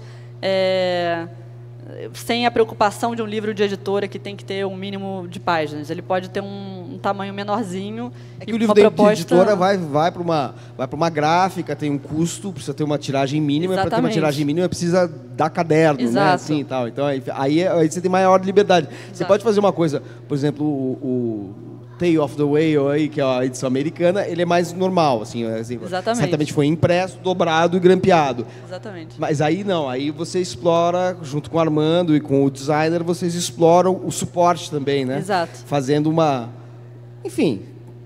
fazendo um jogo aí entre os poemas e o lugar o suporte em que eles estão impressos, sim, né? Exatamente. E como que é a alternância dos poemas aí? A gente fez era ping-pong mesmo. Um mandava o poema, o outro respondia, e assim a gente fez uma sequência. Cada um fez 5. E os poemas não são identificados. Mas é muito fácil saber que os poemas do Armando são os bons. E os meus são de uma jovem poeta, assim. Mas, de quando é essa plaquete? De 2012. Tem 10 anos. Dobradura de que ano que é? 2008. 2008. E o Rabo de Baleia? É 2013. Então você já é uma poeta madura neste momento aqui do Ping. Chama Ping Pong? Ping Pong. É um livro, a gente fez 150, a gente fez um lançamento no Rio, e eles são numerados, enfim. Eu acho uma alegria fazer livrinho assim, acho muito divertido, assim, tem uma coisa meio de brincadeira, sabe? Esse aqui também a gente pode chamar de plaquete, mas tem uma editora, é 7 letras. Esse daqui eu lancei, é mais recente. É a Moby Dick, essa? Não, é parecida. É uma coleção que chama Mega Mini, mas é bem parecida com a Moby Dick. A editora 7 letras é uma editora que lança... É um trabalho notável. Uma editora pequena, fica num escritório, que é a única vez que eu estive lá, eu fui para uma equipe da TV Cultura, onde eu trabalho. Eu fui lá, isso já faz uns para mais de 10 anos, não cabia todo mundo na editora. Assim, eu tinha que entrar, o câmera, o técnico, o de áudio, o editor que ia dar entrevista e assistente dele, que na época, tinha que sair, porque não cabiam 5 pessoas dentro da sala para fazer a entrevista. E, no entanto, eles lançam alguns dos escritores mais importantes da literatura brasileira contemporânea, que estão publicados hoje na Companhia das Letras, foram publicados pela COSAC na IFE, Record, etc., tanto em poesia quanto em prosa. É uma editora que tem uma importância fundamental. Assim, daqui a 100 anos vão falar, essa editora vai ser lembrada como uma editora absolutamente fundamental para a literatura que se produziu no Brasil nesse período em que a gente vive aqui. E principalmente de poesia, né? A gente tem um catálogo de poesia fundamental, assim, para você ler poesia hoje é difícil você não esbarrar com alguns títulos das 7 letras, né? E contos também, contistas, romancistas, também, tem vários contistas que estrearam com conto lá e depois. Você pegar o Julian Fuchs, começou com um livro de contos pelas 7 letras. Enfim, estou lembrando de um monte tem um monte de gente. Não, eu sou fã, 7 letras faz um trabalho incrível. E essa coleção Mega Mini, eles costumam fazer 3 autores juntos, assim, no mesmo lançamento. E aí eles fazem 50 exemplares de cada título, e aí as noites de lançamento são sempre super animadas, e, enfim, eles fazem lá na livraria mesmo no Rio. Agora com a pandemia eu já não sei como é que eles estão fazendo, mas na época eu lancei com o Armando e o Silvio Fraga Neto, se eu não me engano. Éramos 3 lançando o livro na mesma noite.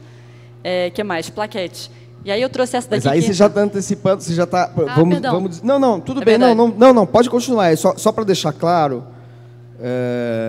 Então, você lançou o Rabo de Baleia e depois essas plaquetes vêm depois, todas elas. Sim, esse daqui é bem recente, esse daqui está fora da ordem mesmo, esse é de 2017, é a última coisa que eu publiquei antes da aula de natação, esse daqui, em Portugal. Mas eu só ia comentar porque que está dentro do aula de natação. Né? Exato, o Duas Mulheres está aqui. Só ia falar que plaquete, isso daqui eu não sei se a gente pode chamar de plaquete, mas é também um livro independente, que foi feito sem editora, sem código de barra, nem nada. É um livro que eu fiz com meu pai sobre uma viagem que a gente fez, uma longa história, mas para a Antártida. E meu pai é fotógrafo, então Ilha as fotos... Decepção, né? Que tem o poema... Tem, exatamente. Esse poema que está no aula de natação é esse que está aqui. Ah, tá. Só que então aqui não. tem as fotos, e no aula de natação não tem. Tem só a parte de texto. E esse livro também a gente fez com o design da Mariana Newlands, que é uma super designer do Rio. E é um livro independente, que a gente fez também uma tiragem bem pequena, não sei se 100 exemplares ou algo assim, em 2014. E é um livro grampeado, que não foi para a livraria. A gente só fez a venda na noite de autógrafos e... Mas é isso, plaquete abre para muitos caminhos possíveis. Porque eu li o poema e é interessante, porque eu li na edição, junto com outros poemas aqui do Aula de Natação, que é aquele livro que eu falei inicialmente, que é um livro publicado em Portugal. E eu não sabia que existia uma Ilha da Decepção. Deception Island. Depois eu lembrei, ao longo da leitura, mas na hora eu achei que era decepção no sentido de se decepcionar. Só que assim... Quando eu li o título, achei que era a Ilha da Decepção. Eu falei assim, é uma coisa assim, vamos dizer, um sentido metafórico. Quando eu comecei a ler, eu falei, não é metafórico, é a ilha. Aí eu lembrei, porque a gente associa mais ao termo em inglês. Acho que o nome em inglês, Deception, eu acho que me é mais familiar em inglês. Eu nunca tinha visto traduzido. Então, Ilha da Decepção. Mas, claro, que existe a exploração dessa, digamos assim, polissemia, né? Assim, esses diferentes significados de decepção, o literal, ou, enfim, o metafórico, o literal, o geográfico, digamos assim, né? E como é esse poema? Quer dizer, eu li, né? Mas, de qualquer maneira, você poderia explicar aqui para nossos espectadores? Sim, a gente fez essa viagem para a Antártida no fim de 2013. Era uma viagem que tinha um significado muito forte para minha família, assim, porque foi meu avô que inventou essa história. Meu avô era um cara que viajava muito, muito interessado, curioso, até o fim da vida. E ele teve um câncer muito barra pesada. E ele quase morreu mesmo, assim, ele já estava meio desacreditado. E ele falou, se eu ficar bom, eu quero fazer uma viagem inesquecível, diferente de tudo que todo mundo já viveu e que todo mundo vai viver. E aí ele ficou bom, de fato, e a gente foi para a Antártida. E foi uma viagem muito diferente de tudo. A gente foi de navio, e o que mais impressiona é que a certeza que a gente tem de todo dia acordar e o sol nasce, depois o sol se põe e fica de noite, isso já era de cara quebrado, porque lá no verão você tem um mês inteiro de sol, você não tem noite. Então o sol ele desce, ele sobe de novo, desce, sobe de novo. Então é um pouco perturbador, assim, a primeira certeza que você tem na vida, ela é posta em xeque. E foi uma viagem muito incrível, muito cheia de significados. E a Ilha da Decepção tem esse nome. Eu nem sei se Deception teria como tradução decepção, seria essa a melhor tradução, quero dizer, mas o fato é que a Ilha da Decepção ela tem um formato de ferradura, assim. E aí parece que os navegantes estavam chegando lá e pensaram, que bom, a gente finalmente vai chegar numa ilha, vai atracar e vai poder, sei lá, descansar, comer, não sei. E quando eles chegaram lá, eles viram que a ilha ela era furada. A ilha, na verdade, é só o contorno da ilha, ela não tinha miolo. Parece um vulcão aqui pelas fotos que eu estou vendo aqui. As fotos são da Antártida, de modo geral. Não sei se tem uma foto específica. Mas... eu pensei que fosse ela mesmo. Deve ter também, mas são fotos da viagem, assim. Mas a Ilha da Decepção tinha esse... Não, ela é maior, é uma ilha grande. Não é essa.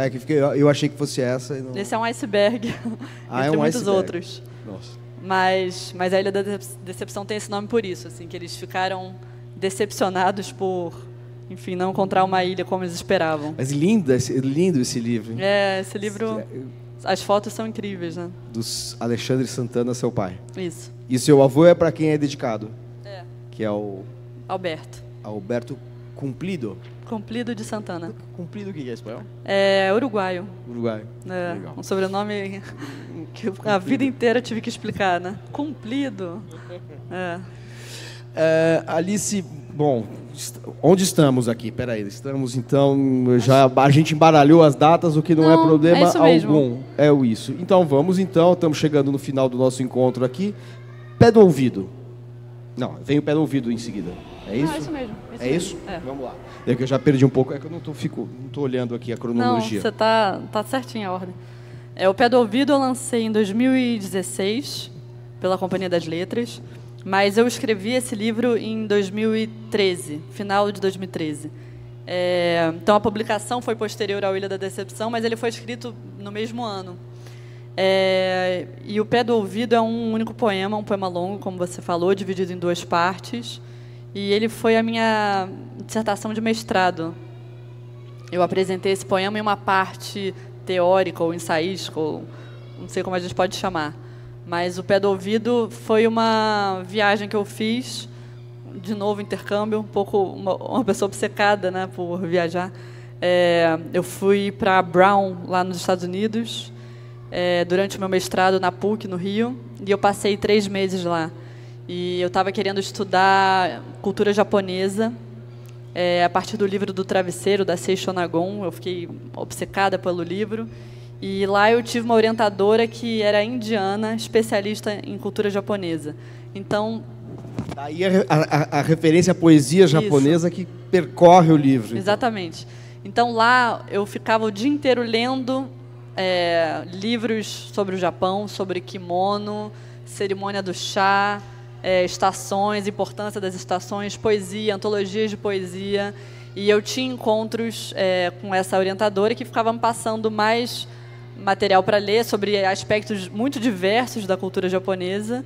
E eu ficava perguntando, mas qual é a graça do haikai? Qual é a importância de você registrar uma folha caindo lentamente? Qual é o significado disso? E aí ela ficava me mostrando livros diferentes sobre assuntos diferentes para tentar meio que chegar a uma resposta. E aí eu usei isso como uma espécie de refrão no livro, né? É sobre isso, a poesia japonesa. E aí eu conto um pouco sobre o que eu estava vendo. Enfim, eu estava lá no outono e as árvores estavam super coloridas. E a natureza no Japão tem uma importância enorme, né? As estações do ano, os momentos de transição. E o outono, principalmente, o outono e a primavera são as estações que mais ganham poemas, assim, que é a transição da transição, né? A folha que está com uma cor muito exuberante para logo depois ela cair e ficar no inverno sem folhas nenhumas, enfim. E aí eu acho que esse poema tem um pouco essa cara de quem estava lendo muito sobre Japão na época. E a sua tese o que era? Era isso. A minha tese de doutorado? O doutorado veio depois, esse daí foi do mestrado. Essa tese, essa aqui, mas o poema não é a tese, ou é a tese? É a tese. Eu tive um professor na PUC de São Paulo chamado Luiz Roncari, que escreveu um romance chamado Rumo a Belém. Tinha uma brincadeira com rum para Belém, rum e rumo, que era uma tese sobre narrativa. Como é que é no caso deste poema? Como foi isso? Eu sei que isso existe, mas não é muito comum. Não é muito... Eu não estou conseguindo lembrar de uma escritora que eu entrevistei aqui no Segundas Intenções que falou também que o romance dela foi originalmente uma tese. Tatiana Salem-Levy. Será que era? Pode ser. Ou A Chave de Casa, que ela A Chave de Casa, ganhou todos os prêmios. É um livro maravilhoso, né? Foi, primeiramente, pensado dentro da PUC também. E a Tatiana teve como orientadora a Marília Rotier Cardoso, que foi a minha também. E a Marília Rotier Cardoso, para quem o livro é dedicado. Ela, né? Isso.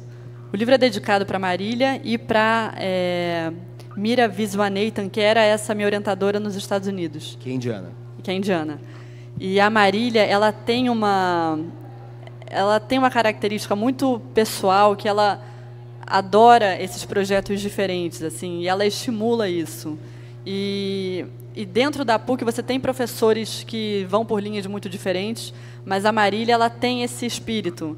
Ela fala que você pode se comunicar de maneiras não convencionais e que isso não deixa de ser uma maneira de comunicação, às vezes até pode ser mais ampla, porque você pode chegar a leitores de poesia para falar sobre um argumento que talvez aquele material não chegasse àqueles leitores, enfim, talvez a tese ficasse fechada num campo mais específico.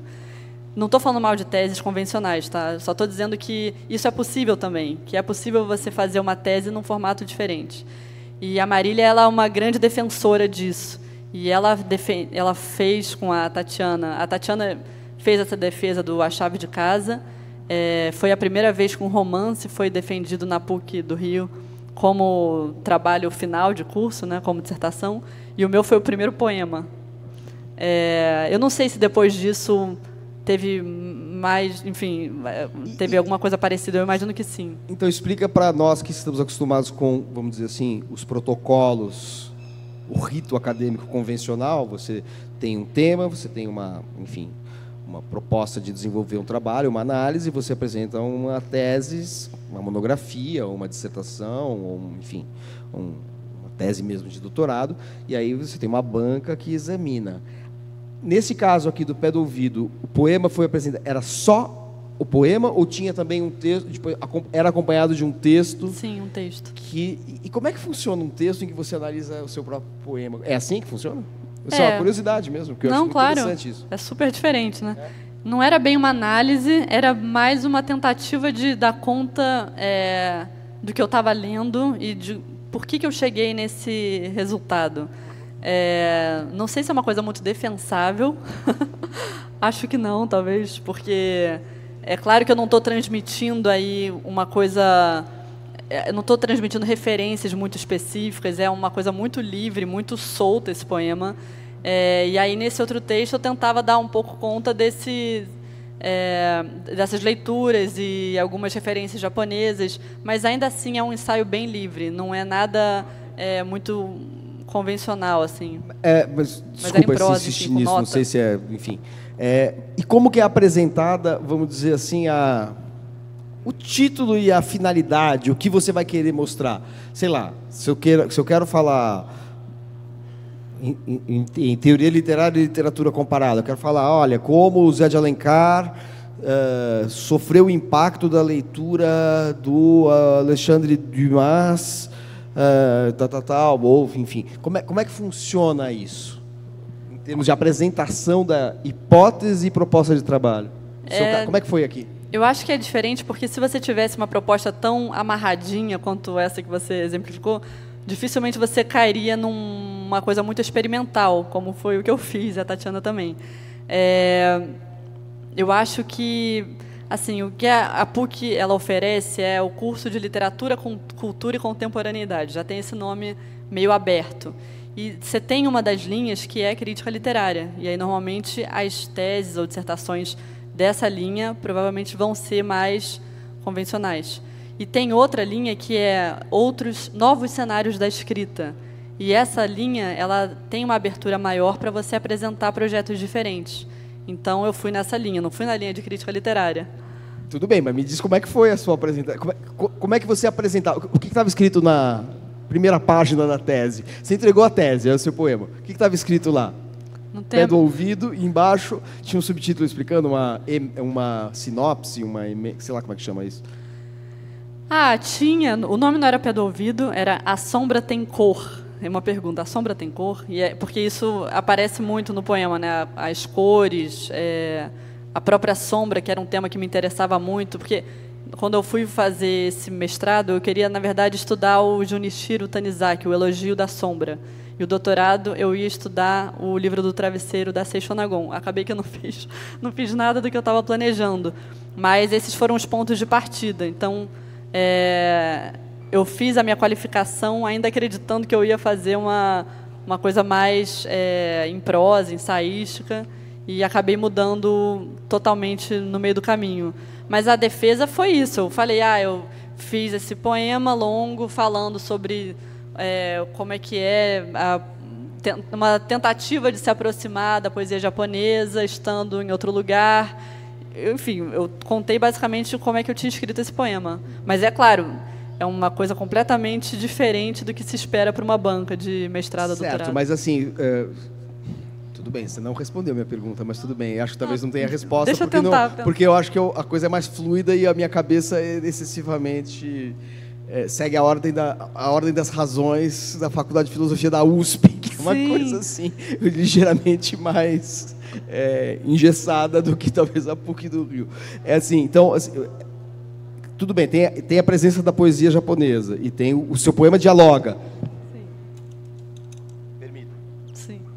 Permita-me, eu marquei aqui um trecho. É um poema muito longo, vai ser difícil pedir para a Alice ler, porque é um poema realmente longuíssimo, é uma tese, é um poema contínuo. Tem duas partes, mas a primeira parte é muito longa. Mas tem um trecho que fala assim: a poesia japonesa é sobre a natureza, sobre a impermanência das coisas, a beleza das coisas que não duram, por isso as estações, por isso o outono e a primavera ganham tantos poemas. E aí o poema deriva para outros elementos e fala: não, a poesia japonesa não é sobre a natureza. Quer dizer, peguei um trecho de uma página que justamente fala, vamos dizer, de uma formulação e o contrário da formulação. Ou seja, embora não seja uma tese convencional e é um poema que discute, contrapõe imagens, formulações, raciocínios, né? Então, tem um movimento, vamos dizer assim, o movimento dialético do pensamento está presente no poema, embora não se utilize aqui o jargão, digamos assim, da filosofia ou da teoria literária, né? Sim, só para deixar claro que a PUC ela tem essa linha de pesquisa que é um dos caminhos possíveis, mas tem muita gente que está lá no mesmo departamento e apresenta teses totalmente como a gente espera, com bancas tradicionais e tudo como deve ser, assim. Mas isso é possível também. Eu acho que por isso que eu gostei tanto de ter estudado lá, que ela dá uma abertura, e eu não sei se eu conseguiria fazer isso em outro lugar. E, na verdade, nem era meu projeto inicial. Eu queria fazer uma tese para mostrar que eu era capaz também de fazer mestrado, doutorado com dissertações, enfim, com uma dissertação e uma tese com cara de trabalho de fim de curso, mas eu acabei não fazendo nas duas vezes. No doutorado também fiz uma coisa um pouco enlouquecida. O que foi seu doutorado? O doutorado eu ainda não sei o que eu vou fazer com isso. Eu apresentei no meio do ano passado, na pandemia, de casa. Foi super esquisito, assim, aquela banca com carinha no Zoom, mas foi muito legal e eu gostei muito de ter feito. Enfim, o doutorado eu também fiz na PUC, também em letras. E foi um pouco parecido com o mestrado, nesse sentido, de apresentar uma coisa diferente, mas, por outro lado, eu acho que eu estava um pouquinho mais convicta do que eu estava mostrando. No mestrado, eu estava muito tateando, assim, pensando, será que isso é possível? Será que a universidade tem espaço para um trabalho desses? Porque eu sabia que era muito diferente do que se costumava apresentar. E o doutorado também tem a ver com trânsito. Eu acho que tudo que eu escrevo tem um pouco a ver com isso, com viagem, com estar longe de casa. E tem muito a ver com ter vindo morar em São Paulo, morar no centro de São Paulo, um lugar muito movimentado, com muitas possibilidades e muitas... cada dia realmente você vivencia experiências muito diferentes e novas. E tem a ver também com maternidade, com poemas que eu escrevi durante a gravidez. Acho que não tem... tem alguns depois que ele nasceu, meu filho. Mas eu acho que é isso, assim, não tem uma coisa tão linear quanto o Pé do Ouvido, que é um único poema que foi escrito em um mês, contadinho. Mas se o Pé do Ouvido tinha, vamos dizer assim, um objeto literariamente reconhecível, que é a poesia japonesa, um diálogo com a poesia japonesa, com a tradição do haikai, o que é essa relação com a natureza, uma temática específica vinculada, ou correta ou incorretamente, mas de qualquer maneira vinculada à poesia japonesa, tal. Aqui, nesse caso do seu doutorado, qual foi assim a questão? Você falou, é o trânsito, mas aí você relaciona com alguma tradição literária do trânsito representado ou reproduzido na poesia? Tem alguma... Não, só para entender eu acho Fiquei curioso. Que o doutorado eu parti do Shackleton, que foi um explorador. Acharam Endurance agora, não foi isso? Exato. Acharam o navio, né? Que é o... Explica aí. O Endurance foi o navio que o Shackleton usou para fazer essa expedição. E ele estava afundado desde 1915. Eu fiquei com pena que meu avô não estava vivo para ver isso, que ele morreu no ano passado. E ele perdeu esse momento de descoberta que eu tenho certeza que ele teria adorado ver isso. Mas o Shackleton, ele foi um explorador que ficou muito conhecido por um não fato, ou não, como é que é o falso movimento, como você falou. Ele tinha uma proposta que era chegar na Antártida e atravessar a pé, cruzar o continente a pé com a tripulação. E aí ele faria isso pela primeira vez. Seria a primeira vez que alguém percorreria a Antártida a pé. E aí o que acontece é que quando o Endurance chegou lá, pouco antes de chegar na Antártida, o gelo que estava se formando na água foi transformando... Tem essa imagem que tem um escritor que fala sobre Shackleton, que é como se fosse uma amêndoa dentro de uma barra de chocolate. Simplesmente o navio não conseguia mais avançar e o gelo foi entrando até que o navio quebrou, enfim, e eles tiveram que deixar o navio. Ele congelou ali, né? Exatamente, não tinha mais como o navio andar porque o gelo tinha tomado conta de todo o mar ao redor. E aí o que acontece é que eles não iam mais conseguir fazer a viagem, porque a viagem foi abortada antes de ter o ponto de partida ali na Antártida. E o que é interessante do Shackleton é que ele fracassou na missão dele. Mas, por outro lado, ele conseguiu trazer todo mundo de volta para casa, vivo, o que foi um feito. E tem registros fotográficos maravilhosos. Um livro, é da companhia aquele livro? O Endurance. É um livro lindíssimo que chama o Endurance, né? É um livro lindo, com fotos de época. As fotos têm uma textura meio... um matiz meio dourado, se não me engano, meio dourado.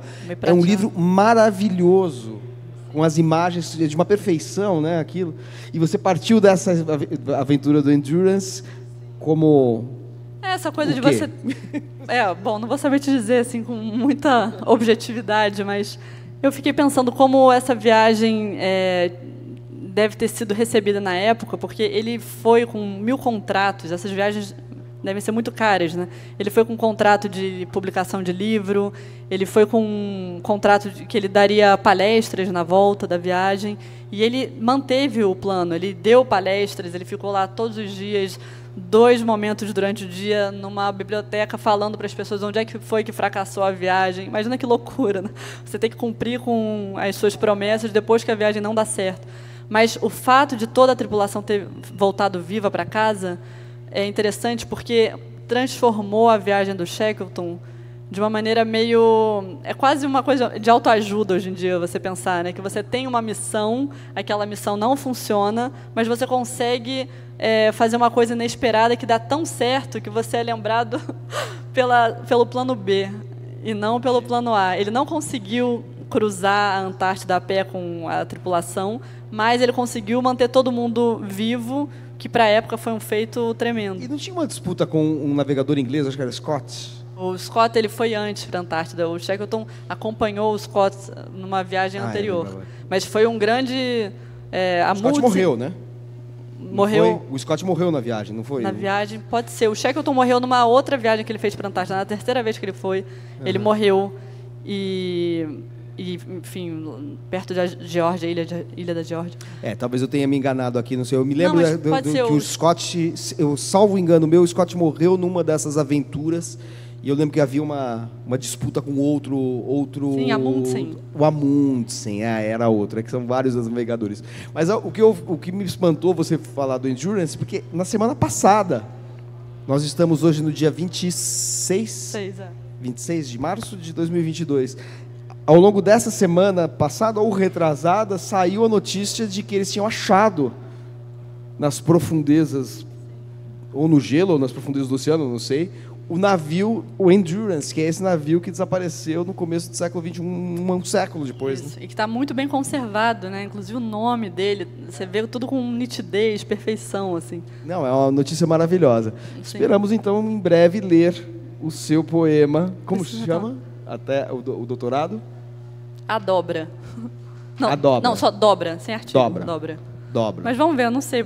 Se eu publicar isso, é bem provável que mude o nome, mas...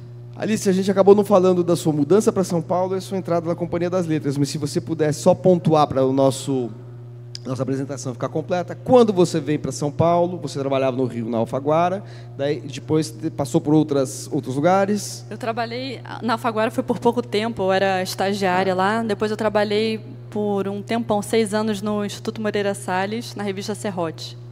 Ah, sim. Trabalhei como assistente editorial lá.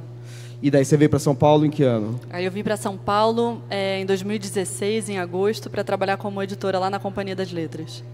E aí foi o momento que eu vim morar aqui. E aí você edita, como é a estrutura de edição da companhia, o que lhe cabe neste latifúndio? A companhia não separa muito, então não tem assim ficção, não ficção, brasileiros, não brasileiros. É tudo um pouco misturado por área de interesse, muitas vezes, dos editores. Nem sempre, é claro, né, tem algumas coisas que a gente acaba fazendo, enfim, porque são assuntos relacionados, mas, no geral, eu faço poesia e um pouco de tudo, assim, ficção contemporânea, alguma coisa, ficção estrangeira também, alguma coisa, não ficção, alguma coisa. Mas ensaio também, né? Ensaio também. O livro da Carolina Casarim foi você que editou? Fui. Sobre já o Guarda-Roupa Modernista, que é um livro sobre o casal Tarsila do Amaral, a pintora, e Oswaldo de Andrade, falando como a moda foi um elemento de expressão também da estética modernista. Sim. Enfim, você trabalha então com várias publicações, vários tipos de publicação. Exatamente.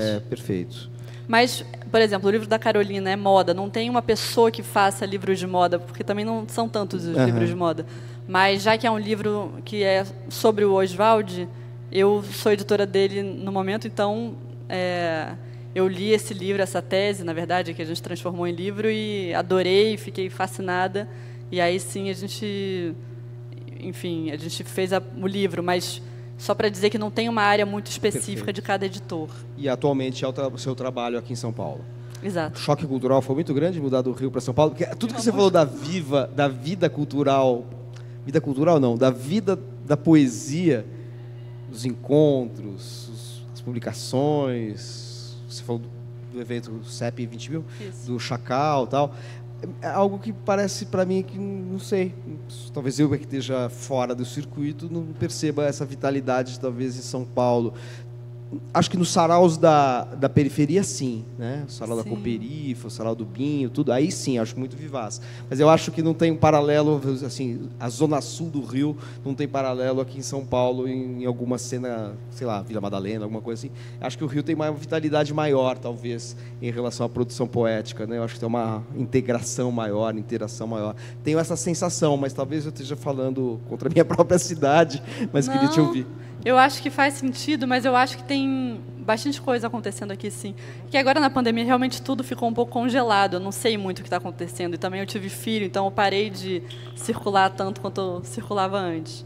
Mas aqui tem muitas coisas. Tem um encontro que chama Vozes e Versos, por exemplo, que o Heitor Ferraz e o Tarso de Mello organizam, que é naquela tapera. Já não sei se isso tem acontecido, se foi pré-pandemia. Que é ali na São Luís, né? Isso. Na Ipiranga. Exatamente. Atrás daquela galeria atrás da Biblioteca Municipal, da Biblioteca Mário de Andrade. Isso aí. Né? Ah, não, assim, aquilo é incrível, muito legal. Incrível. Mesmo. E aí tem encontros mensais, eles fazem plaquetes especiais para o encontro, juntam 3 poetas. Então, assim, acho que São Paulo tem uma cena bem viva. Assim, e você citou o Heitor Ferraz, que é um poeta paulistano, tem muita relação com a poesia do Rio e com este momento que é importante para você também, apesar de ele ser da minha geração, né? Ele estudou comigo, inclusive, na PUC. Ele é um poeta que dialoga muito com o pessoal das 7 letras, com toda a vida. Sim. Talvez não seja casual que ele tenha feito uma iniciativa dessa natureza junto com o Tarso aqui em São Paulo, talvez um pouco trazido esse espírito do Rio para São Paulo, que eu acho que é uma coisa para a qual o Heitor está bem atento, né? E eu acho que tem muitos poetas do Rio morando em São Paulo. É uma coisa curiosa, assim, mas a Bruna, que a gente comentou, a Marília Garcia, o Leonardo Gandolfi, tenho muitos amigos morando aqui, então, não sei, eu me sinto em casa nesse ponto, assim. Acho que ele está muito... a cena da poesia em São Paulo está bem animada. Perfeito. Alice Santana, que nos acompanhou aqui na biblioteca ou pelo Facebook da Biblioteca Parque Vila Lobos, eu queria agradecer imensamente pela participação, obrigado pela atenção. Queria deixar aqui o convite, antes de me despedir da Alice Santana, deixar o convite para os nossos próximos encontros, que serão todos nas bibliotecas. Nós não temos nos 2 próximos meses, abril e maio, encontros virtuais, né? Como eu disse, durante a pandemia a gente realizou os encontros pela internet, pelo Zoom, das respectivas bibliotecas. a gente tem os seguintes encontros. Vamos lá. Abril, maio, deixa eu ver para não me atrapalhar aqui. Na Biblioteca de São Paulo, lá no Parque da Juventude, né, onde ficava a penitenciária do Carandiru, a gente vai ter no dia 9 de abril, sábado, das 11 às 13, a escritora de livros para público infanto-juvenil, Lúcia Iratsuka, né, que é uma excelente escritora e ilustradora de origem japonesa, dialoga com a memória da imigração japonesa, é uma pessoa fantástica, tem um trabalho maravilhoso. Ainda em abril, no dia 30, também temos um grande autor que trabalha para o público infanto-juvenil, que é o Odilon Moraes. Estou na dúvida se é Odilon Moraes ou Odilon de Moraes. Eu acho que é Moraes. Só Odilon Moraes, né? Eu também, está escrito aqui, eu estou na dúvida. Odilon Moraes, aqui na Biblioteca Parque Vila Lobos, dia 30 de abril. Então, Odilon Moraes, segundo as intenções da Biblioteca Vila Lobos, 30 de abril, sábado, das 11 às 13. No mês de maio, nós teremos na Biblioteca de São Paulo o escritor Rodrigo Lacerda, outro carioca residente em São Paulo, mas nesse caso não poeta, e sim ficcionista. Rodrigo Lacerda estará no dia 14 de maio, das 11 às 13 horas, um sábado, na Biblioteca de São Paulo. E no final do mês de maio, nós teremos aqui na Biblioteca Parque Vila Lobos, Mariana Salomão Carrara, das 11 às 13. Então, Mariana Salomão Carrara, sábado, 28 de maio, das 11 às 13, aqui na Biblioteca Parque Vila Lobos. Agradeço imensamente em nome da biblioteca e da SP Leituras, que gere as duas bibliotecas estaduais da cidade de São Paulo, pela presença de todos e, sobretudo, a presença da Alice Santana aqui no Segundas Intenções. Até o próximo encontro. Muito obrigado, Alice. Muito obrigada, muito obrigada.